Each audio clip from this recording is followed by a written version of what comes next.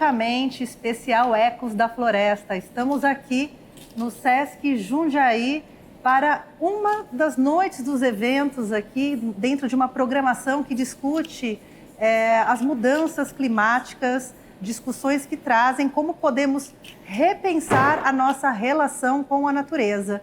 E hoje, no Sesc Jundiaí, teremos aqui uma fala importantíssima dele, que é um dos maiores ambientalistas, uma referência aí na luta pelo meio ambiente, escritor, poeta, filósofo, também agora imortal da Academia Brasileira de Letras. Estou com ele, Ailton Krenak, no Francamente. E assim, quero agradecer muito essa disponibilidade da gente bater esse papo. Eu lembro muito na infância que nós tínhamos algumas lideranças indígenas que apareciam na televisão, né? Então tinha o Juruna, tinha aquela indígena que tem aquela foto maravilhosa, que ela virou deputada depois, que ela tem um facão no rosto, daquela convenção sobre Belo Monte. Você no Congresso Nacional, naquela cena histórica, né? Os indígenas ganharam um capítulo na Constituição Brasileira. 40 anos depois, não aprendemos a pisar na terra. O céu está desabando? Bem, nós precisamos fazer o possível para que o céu fique onde ele está e que essas tempestades que se abatem agora sobre essa nossa região sudeste, que alagou Porto Alegre, Sim. que deixa São Paulo sem fornecimento de energia, derruba a rede elétrica e sinal de internet. Sim. E tudo, porque elas estão mudando a rotina das pessoas. Talvez seja a única maneira das pessoas entenderem o que é mudança climática. Nós dois estamos falando aqui sobre mudança climática, mas fica parecendo uma palavra nova no nosso vocabulário, mas que não diz nada para a gente. Porque sempre parece que a natureza, a floresta, é algo distante de nós, que não faz parte de quem somos, né?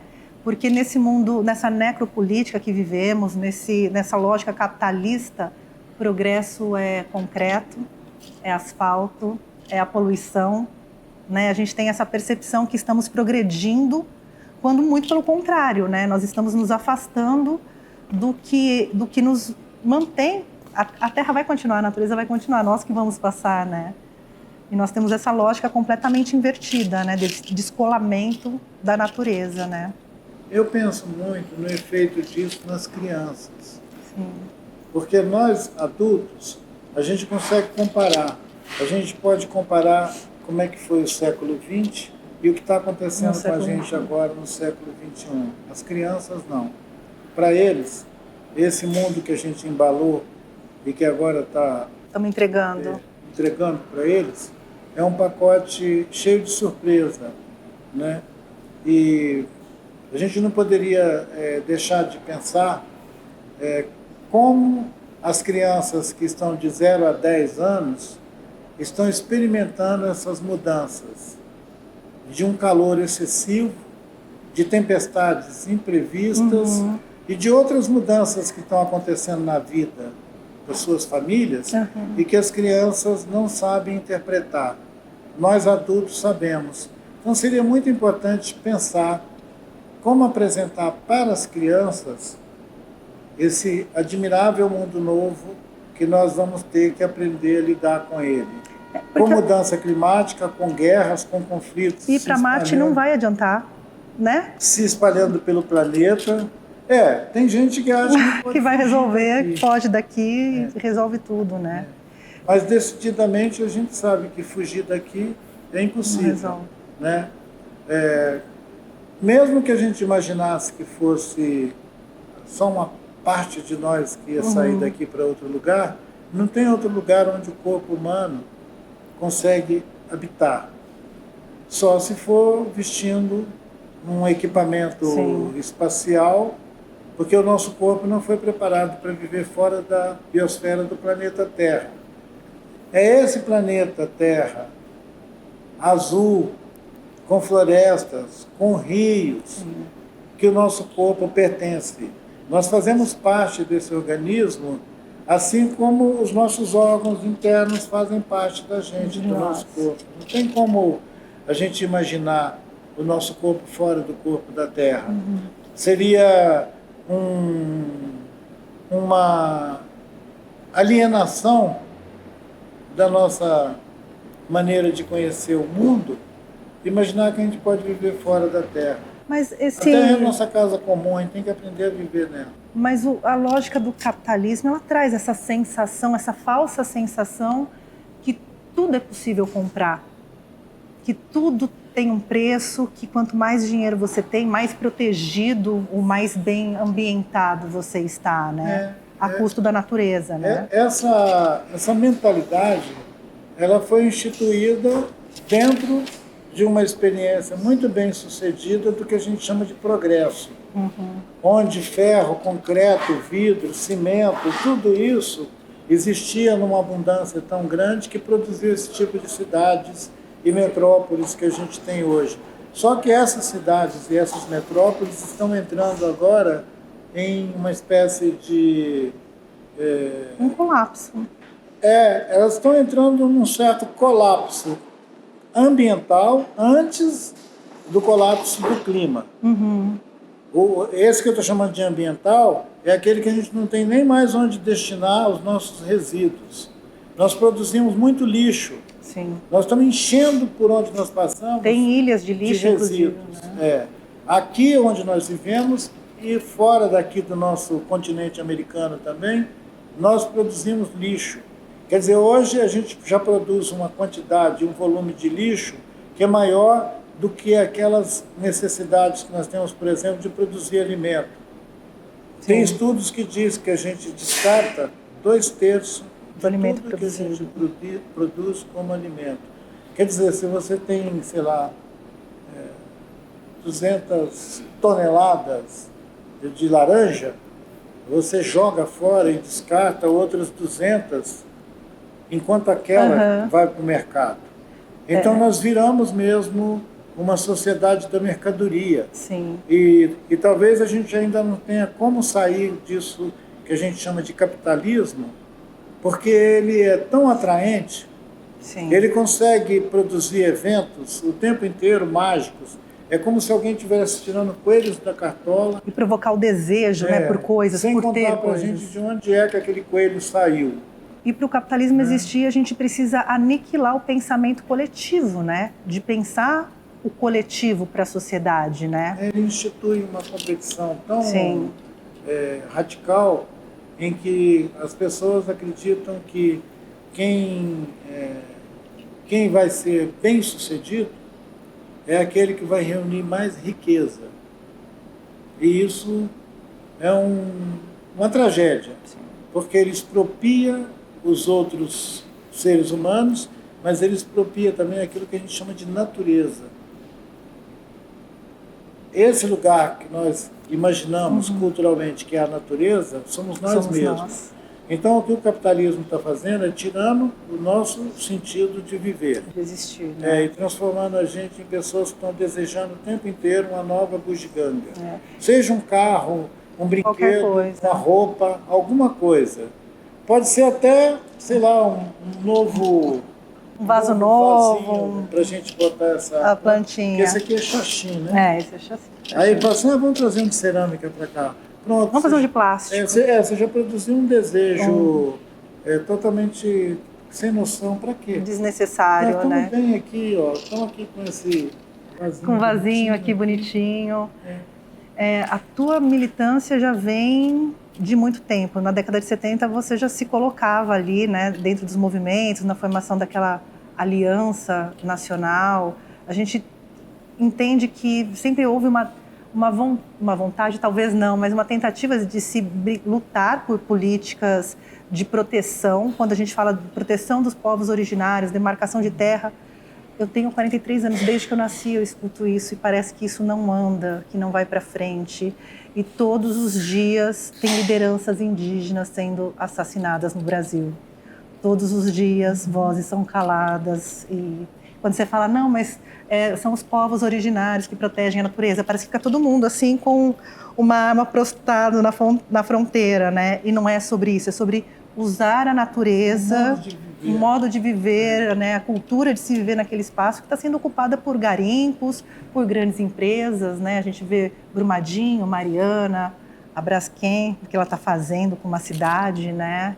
Sim. Como que você olha ao longo aí dessa tua luta, os avanços das políticas de proteção de terra mesmo, porque se fala de sustentabilidade, mas na prática é um selo verde que vai numa mercadoria que você vai comprar.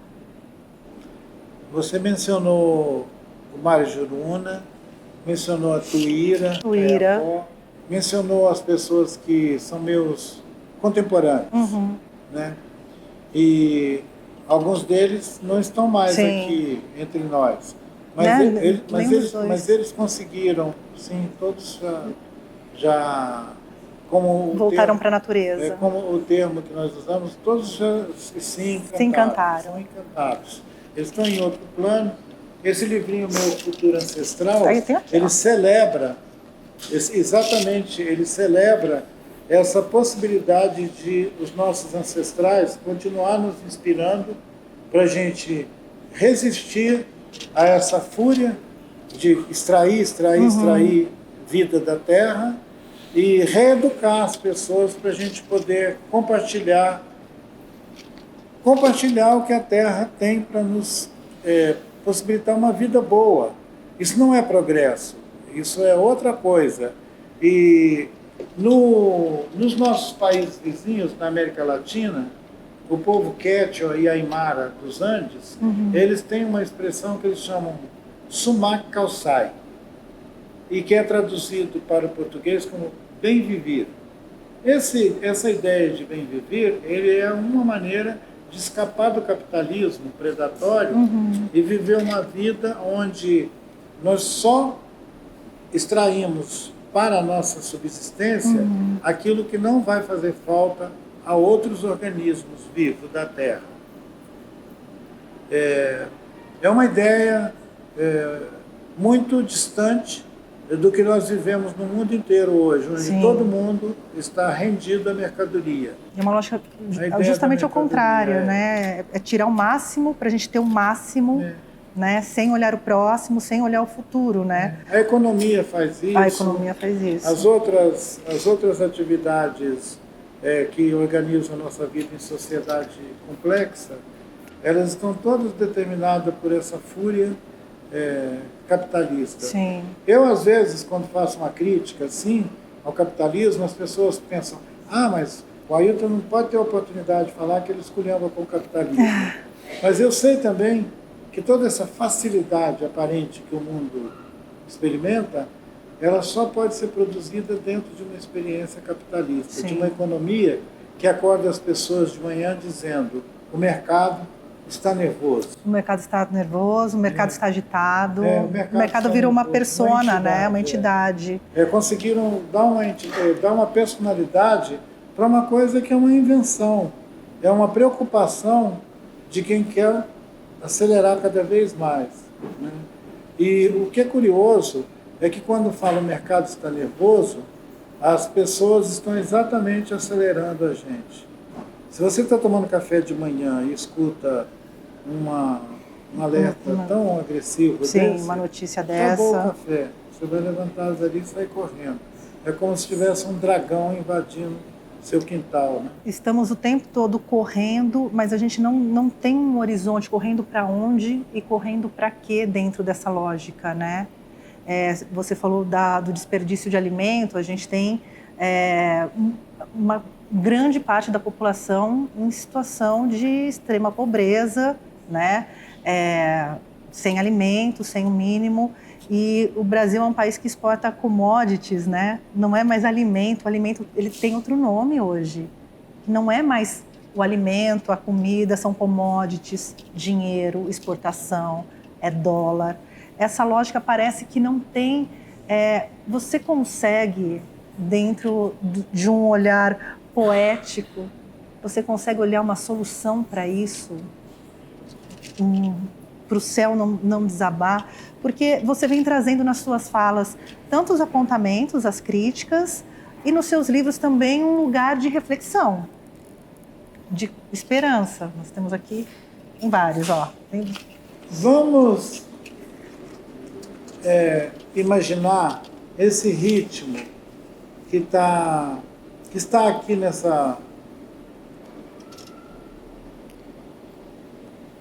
nesse prefácio do texto de Futuro Ancestral, onde diz: nessa invocação do tempo ancestral, eu vejo um grupo de 7 ou 8 meninos remando uma canoa. Os meninos remavam de maneira compassada. Todos tocavam o remo na superfície da água com muita calma e harmonia. Estavam exercitando a infância deles, no sentido de que o seu povo, os Yujá, chamam de se aproximar da antiguidade. Um deles, o mais velho dos meninos, que estava verbalizando essa experiência, falou: nossos pais dizem que nós já estamos chegando perto de como era antigamente. Olha, vocês estão me fazendo pensar nesse como era antigamente. Sim. Antes de imaginar uma ideia sobre como a gente sair dessa enrascada global que nós estamos vivendo, que junta uma crise de paradigmas, eu fico pensando que a gente podia olhar como os nossos ancestrais responderiam uma pergunta dessa. Porque talvez ela seja muito difícil de ser respondida por um de nós. Sim. Imerso nessa confusão tecnológica, epistemológica, política, guerras para todo lado. E para a gente não apavorar mais ainda as pessoas que estão nos ouvindo... Algum fio de esperança. Seria bom a gente pensar nesses meninos remando essa canoa e ansiosos por chegar perto de como era antigamente. Olhar para trás, então, pode ser uma resposta para o nosso futuro, para os nossos futuros. Memória não faz mal a ninguém. Krenak, eu sei que sua luta ela é política dentro desse sistema que a gente vive. Algumas lideranças foram para a política, né? A gente falou aqui delas. Nunca houve esse desejo de ir para a política, de ter uma atuação, porque a gente acha que tudo se resolve estando no governo ou fazendo política pública, e nem tudo é lá dentro, né? A luta do lado de fora ela precisa acontecer, né? Se todos os coletivos estiverem dentro do governo, quem vai lutar? Esse lugar de estar dentro de governo já passou pela tua carreira, pela tua vontade? Eu fico muito feliz de ter nascido imune a esse vírus. E eu observo como que as pessoas da minha geração que se lançaram nisso, como que eles sofreram. Sim. E, curiosamente, eu observo que alguns deles não estão mais vivos e outros envelheceram rápido demais. Eu acho que eu ganhei um presente de ficar fora disso. E se tornar imortal. Mas o que é mais curioso é que a imagem mais persistente do Ailton, jovem, é o Ailton no Congresso, pintando o rosto de preto, para estabelecer o princípio que está na nossa Constituição, no artigo 132, 231 e vice-versa, que estabelece que a União, o Estado brasileiro, tem a obrigação de respeitar os direitos dos povos indígenas, os seus direitos originários. Então, isso é uma novidade muito grande na história colonial do nosso país, que achava que os indígenas iam se atualizando até se integrar nesse sistema de mercadoria capitalista e vender e comprar e fazer negócio. Sim. E os povos indígenas parecem que estão resistindo corajosamente a essa dança do capitalismo e querendo fazer o que o organismo da terra determina. Quer dizer, quer aprender a leitura da terra, quer aprender a viver a terra. A produção de uma monocultura sem limite, ela vai ainda nos pôr todos em colapso. Sim. E não vou ficar estendendo comentários sobre o tema, porque as pessoas que estão imersas numa economia de mercado, eles só sabem pensar de modo monocultural. E o que eu posso desejar a eles é que despertem, enquanto é tempo. Ainda dá tempo. Você falou sobre esse céu cair sobre as nossas cabeças. Ele deixa de ser um evento apocalíptico, que vai acontecer num fim de mundo, e passa a ser um evento cotidiano, que mata a gente por excesso de calor, por eventos climáticos que acabam com a agricultura, que acabam com a produção de alimentos e que nos deixa a todos numa dependência cada vez mais de novas tecnologias. Sim. Como acontece com essa história da inteligência artificial. A maioria das pessoas nem sabe o que é isso, mas estão loucos por entrar nisso. E, na verdade, a gente devia estar voltando para a Terra e entendendo que nós somos a natureza e precisamos cuidar disso enquanto coletivo, né? Não é uma atitude individual. Recebi sinalzinho aqui para a gente encerrar isso. Gente, o Krenak daqui a pouquinho sobe ao palco do Sesc Jundiaí. Nós vamos assistir aqui a fala do Krenak. Eu quero te agradecer imensamente por esses momentos aqui dedicados. Obrigada, obrigada mesmo. Lê comigo. Temos que reflorestar o nosso imaginário e assim, quem sabe, a gente consiga se reaproximar de uma poética de urbanidade que devolva a potência da vida, em vez de ficarmos repetindo os gregos e os romanos. Parabéns. É isso. Boa leitura. Obrigada demais, obrigado, viu? você. Gente, o Francamente vai ficando por aqui. Nós vamos assistir a palestra, a fala do Krenak. E é isso. Obrigado pela companhia. Eu vou ficando por aqui. Obrigado, Sesc Jundiaí. Bebam água e tchau. Bebam água. Bebam água.